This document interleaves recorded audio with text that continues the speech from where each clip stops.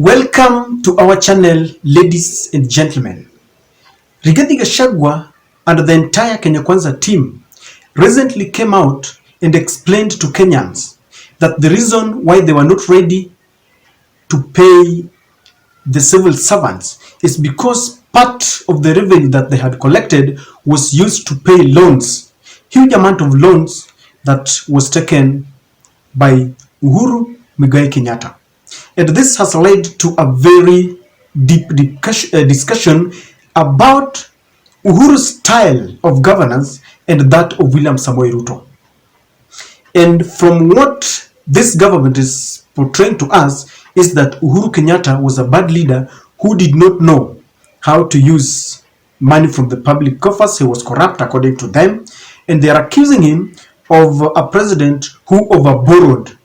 And so they are claiming that they inherited loans from the previous government.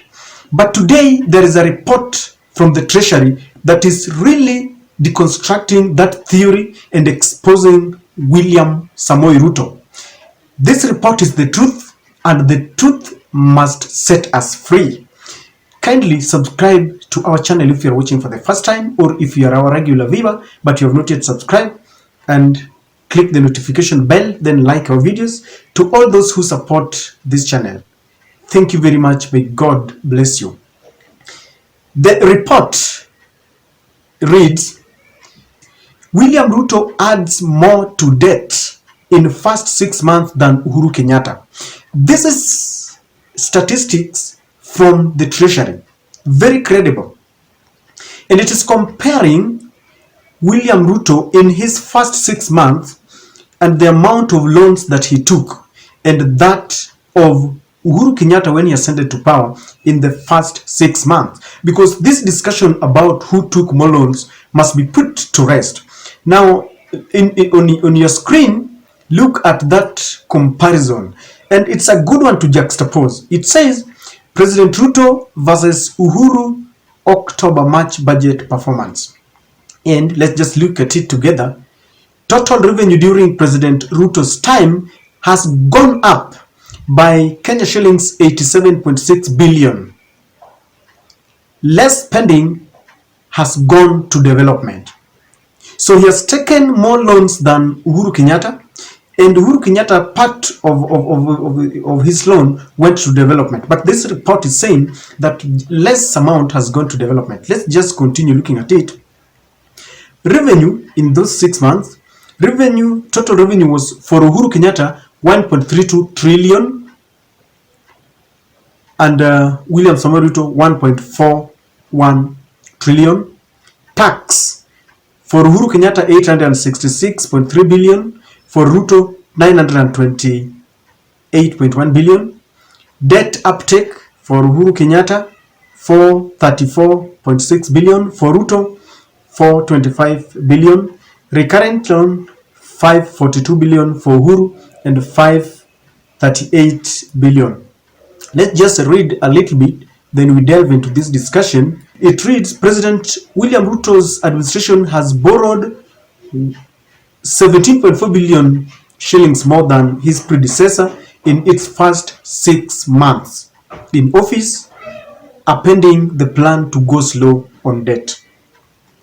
Treasury data shows that the new administration tapped loans worth 452 billion Kenya shillings in the 6 months to March, which is more than 434.6 billion Kenya shillings that its predecessor borrowed in the same period a year earlier. Analysts had expected that the Ruto administration would cut fresh borrowing by a larger margin after committing to ramping up its tax collection. But the rise in spending under the bottom-up economic plan, which proposes to channel resources to sectors that can have massive impact in creating jobs and wealth, has prevented deeper cuts on the country's borrowing. Now, the reason why this report is very significant, it really exposes who is telling the truth. And I must say that it is very, very normal for regimes and governments to acquire loans for development sake.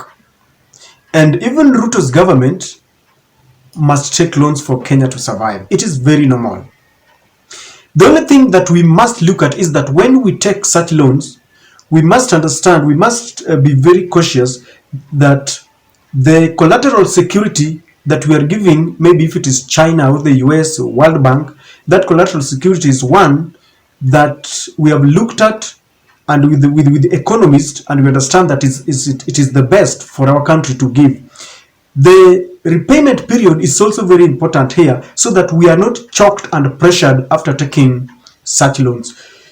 There's a report that I read that sometimes back China took over the management of Sri Lanka ports after they were not able to repay their loans. So such are the things that we need to look at.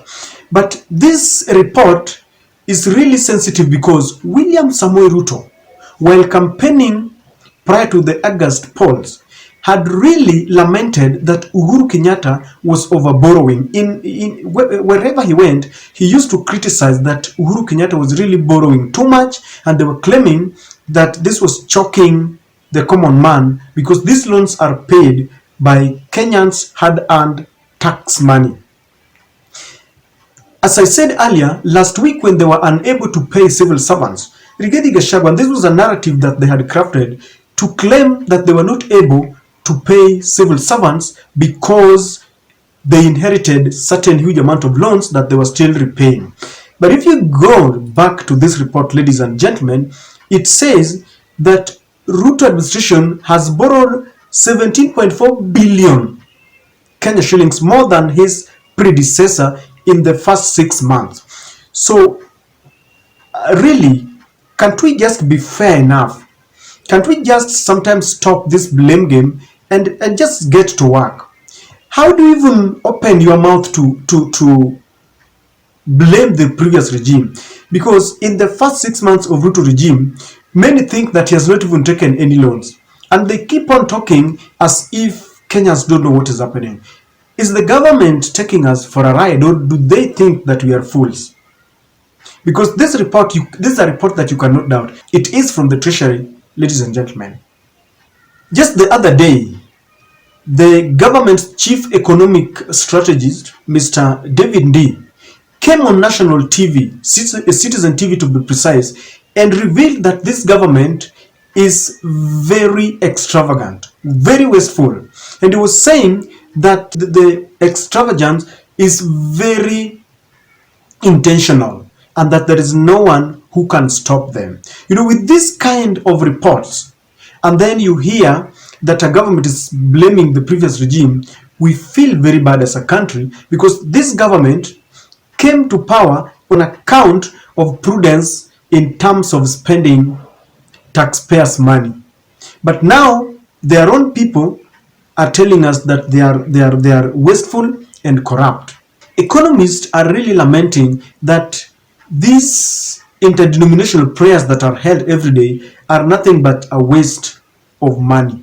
And they are saying that William Ruto keeps on politicking instead of getting back to work. And that they have realized that Kenyans are fools, that anytime they are about to be cornered, they will run and say it is the previous regime. And I think Kenyans must now rise up and condemn and tell this administration off that we are not going to accept any kind of hoodwinking. Once one has been elected into power, we don't need blame game. And the reports are here. These are reports that you can easily Google and you'll find them. The Treasury has them. You can look at the national government spending. They are there.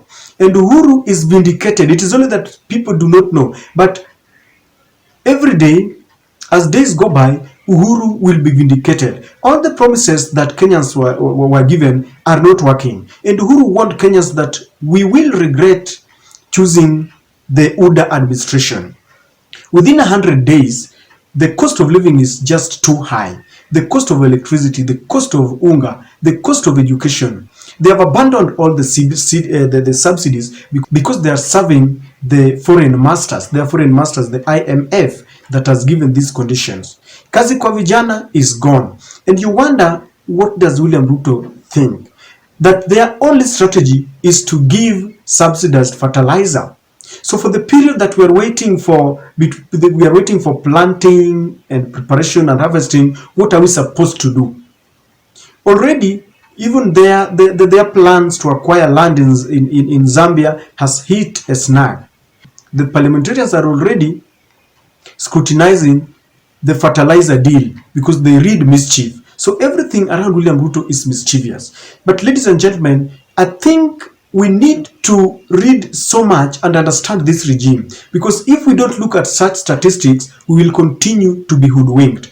And William Ruto must now know that we know him. I don't think we should even allow Rigathi Gachagua to stand before us to tell us that everything is about the previous regime. Every predicament is about the previous regime. When he comes up, let us ask him why they have borrowed over 17.4 billion more than the previous regime, yet they still have the guts to come and tell us that it is the previous regime that caused all these problems. And so, ladies and gentlemen, please let us wake up as a nation and let us ask the very important questions. And no wonder this is the reason why Raila Odinga is going to the streets, because this regime is not serious. And if we are not careful, by the time we will wake up, the country will be gone. This is my take.